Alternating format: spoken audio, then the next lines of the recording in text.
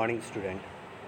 आज हम क्षितिज का पाठ 8 कन्यादान कविता जो है उसकी व्याख्या को समझेंगे, जिसके कवि हैं ऋतुराज। सबसे पहले हम ऋतुराज का जीवन परिचय देख लेते हैं। ऋतुराज का जन्म सन 1940 में भरतपुर राजस्थान में हुआ था। 1940 यानी 1940 में। और कहाँ हुआ था? राजस्थान में एक जगह है भरतपुर, वहाँ पर। उन्होंने राजस्थान विश्वविद्यालय जयपुर से अंग्रेजी में एमए की उपाधि ली। इन्होंने एमए पास किया अंग्रेजी भाषा में और राजस्थान विश्वविद्यालय जयपुर से। 40 वर्षों तक अंग्रेजी साहित्य के अध्यापन के बाद अब सेवानिवृत्त लेकर वे जयपुर में रह रहे हैं। और इन्होंने 40 वर्षों तक अंग्रेजी साहित्य का अध्यापन किया, यानी ये शिक्षक बने और अब ये जयपुर में रह रहे हैं।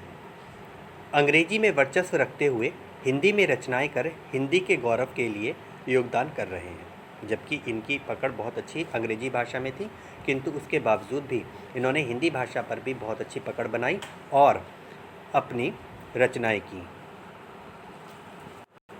इनकी कुछ प्रमुख रचनाएं हैं, जिनका नाम है एक मरण धर्मा और अन्य, पुल पर पानी, सूरत नीरत और लीला मुखराविंद। ऋतुराज जी को अनेक सम्मानों से भी सम्मानित किया गया है। इन्हें सोमदत्त सम्मान, परिमल सम्मान, मीरा पुरस्कार, पहल सम्मान तथा बिहारी पुरस्कार आदि दिए गए हैं। इनकी जो भाषा शैली है उसे समझ लेते हैं। ऋतुराज अंग्रेजी और हिंदी भाषा दोनों पर समान अधिकार रखते थे। उनकी कविताओं में दैनिक जीवन के सामान्य शब्दों का प्रयोग है। उनकी भाषा अति सहज है, सरल है और खड़ी बोली उन्होंने प्रयोग की है। उनकी कविताएं हर किसी को अपने जीवन से जुड़ी कविताएं लगने लगती हैं। कवि सहज भाषा में गंभीर भावों को सबके सामने रखने में समर्थ होता हुआ दिखाई देता है। जो प्रस्तुत कविता है हमारे पास कन्यादान, इसमें कवि ने एक माँ के उस दुख को प्रकट किया है जो उसे अपनी बेटी का कन्यादान करते हुए होता है। कवि कहना चाहता है कि जो माँ का दुख होता है वह प्रमाणिक होता है, यानी सत्य होता है।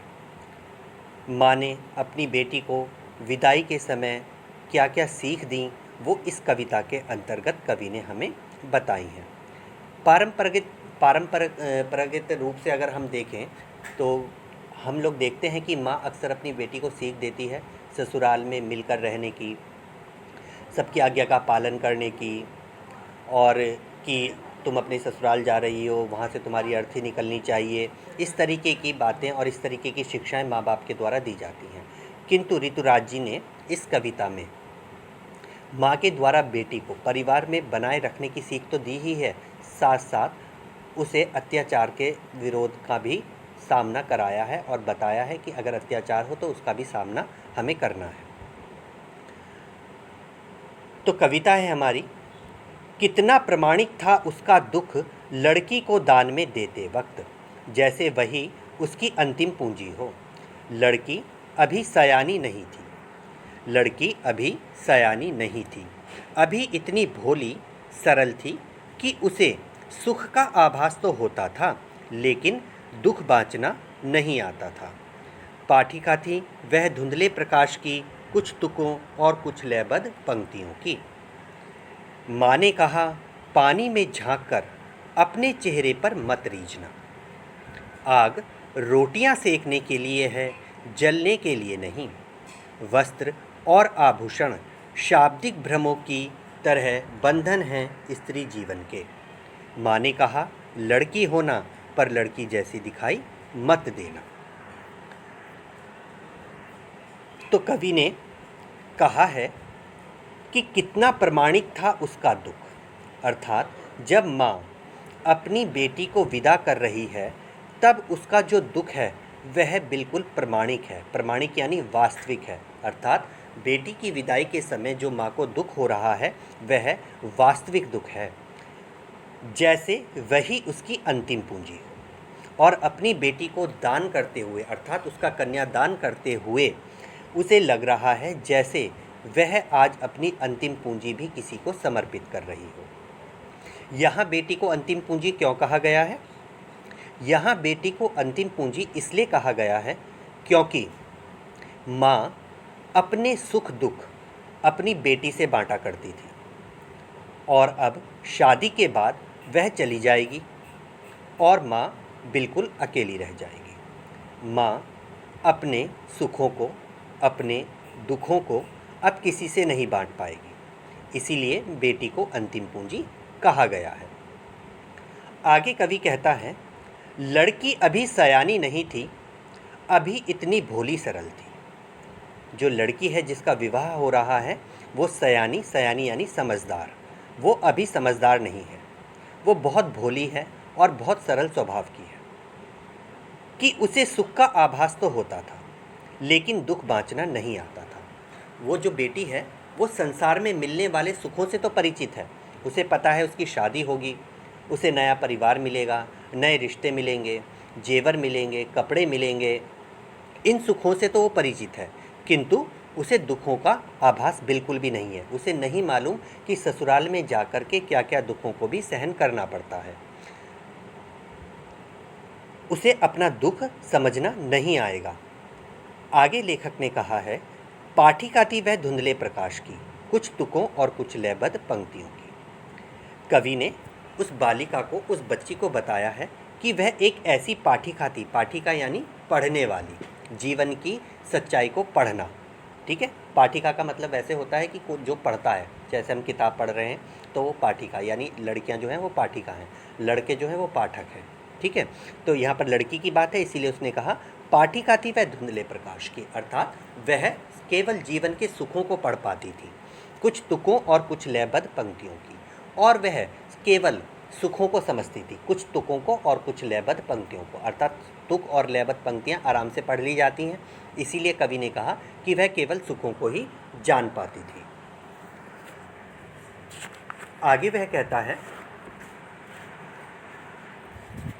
कवि आगे कहता है, माँ ने कहा पानी में झांककर अपने चेहरे पर मत रीझना। अब माँ ने अपनी बेटी को सीख देना शुरू किया, आरंभ किया। वो बेटी को बता रही है कि उसे ससुराल में जाकर किस प्रकार रहना है।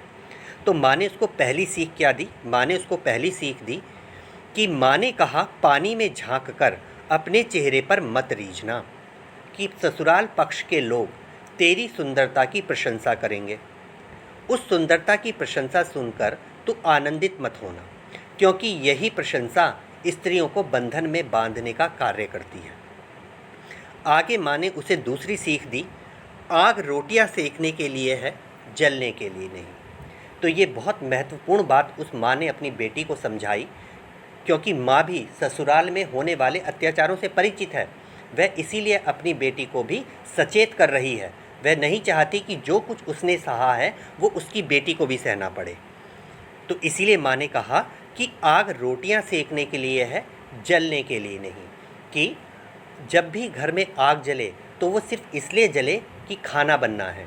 अगर वही आग तेरे दामन तक पहुँचे, अर्थात यदि ससुराल पक्ष के लोग तुझे दहेज के लिए जलाने का प्रयास करें तो तू उनका डटकर सामना करना, डटकर मुकाबला करना। इन पंक्तियों के द्वारा कवि ने समाज में स्त्रियों की उस दशा की ओर भी संकेत किया है जो दहेज प्रथा के लिए जला दी जाती हैं। तो वो इन पंक्तियों के माध्यम से जो कवि है दहेज प्रथा की ओर भी संकेत कर रहा है और बता रहा है कि दहेज के लालच में ससुराल पक्ष के लोग लड़कियों को जलाकर मार देते हैं, और माँ इसी डर से अपनी बेटी को सचेत कर रही है कि आग केवल रोटियां सेकने के लिए चूल्हे में जलनी चाहिए। अगर वही आग तेरे दामन तक पहुँचे तो तुरंत ही उस अत्याचार का डटकर सामना करना, उसका मुकाबला करना।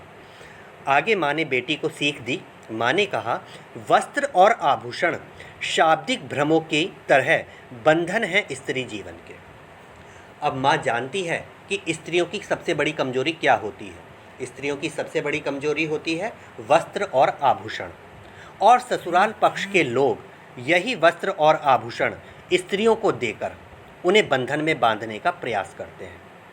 शाब्दिक भ्रम क्या होते हैं? शाब्दिक यानी शब्दों, और भ्रम यानी भ्रम में फंसा लेना, जाल में फांस लेना।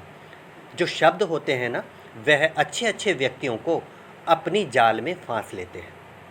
तो इसीलिए माँ ने कहा कि जो ये वस्त्र और आभूषण होते हैं ना, ये शब्दों की तरह होते हैं जो व्यक्ति को अपने जाल में फंसा लेते हैं, अपने जाल में फंसा लेते हैं। तो माँ ने कहा कि वस्त्र और आभूषणों के लालच में कभी मत फंसना। वो तुझे वस्त्र और आभूषण दे करके तेरी स्वतंत्रता का हनन करना चाहेंगे, तुझे बांधना चाहेंगे, लेकिन उन बंधनों में बिल्कुल भी मत बंधना। अंत में माँ ने बेटी को कहा, माँ ने कहा लड़की होना पर लड़की जैसी दिखाई मत देना। इन दो पंक्तियों में माँ ने बहुत बड़ी बात कही है। माँ ने कहा है कि लड़की होना पर लड़की जैसी दिखाई मत देना, अर्थात माँ अपनी बेटी को कह रही है कि ससुराल में अपने स्त्रियोचित गुणों को बराबर बनाए रखना। स्त्रियोचित गुण क्या होते हैं? स्त्रियों की लज्जा, स्त्रियों की हया, उनका त्याग, उनका बलिदान, उनका दूसरों के प्रति समर्पण, ये सभी क्या होते हैं? स्त्रियोचित गुण होते हैं। तो माँ ने कहा इन गुणों को बराबर बनाए रखना।